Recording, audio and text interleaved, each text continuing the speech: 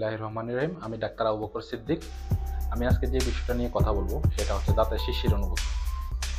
আমাদের দেশে যখন শীতের তীব্রতা একটু বৃদ্ধি পায়, আমাদের রোগীদের কমনলি একটা প্রবলেম নিয়ে আমাদের কাছে আসে, সেটা হচ্ছে তাদের দাঁতে সকালবেলা ঠান্ডা পানি এবং চা খেতে গেলে দাঁত শিরশির করে, তীব্র শিরশির অনুভূতি দেখা দেয়। এই শিরশির অনুভূতিটাতে সবচেয়ে আরেকটা জিনিস যেটা কাজ করে সেটা হচ্ছে গিয়ে ফুড পার্টিকেল একুমুলেশন, খাবার দাঁতের মধ্যে জমে থাকে। তো এটা প্রিভেনশন করাটাও খুব বেশি কঠিন কাজ না, আমাদের কিছু হ্যাবিচুয়াল চেঞ্জ করা লাগে।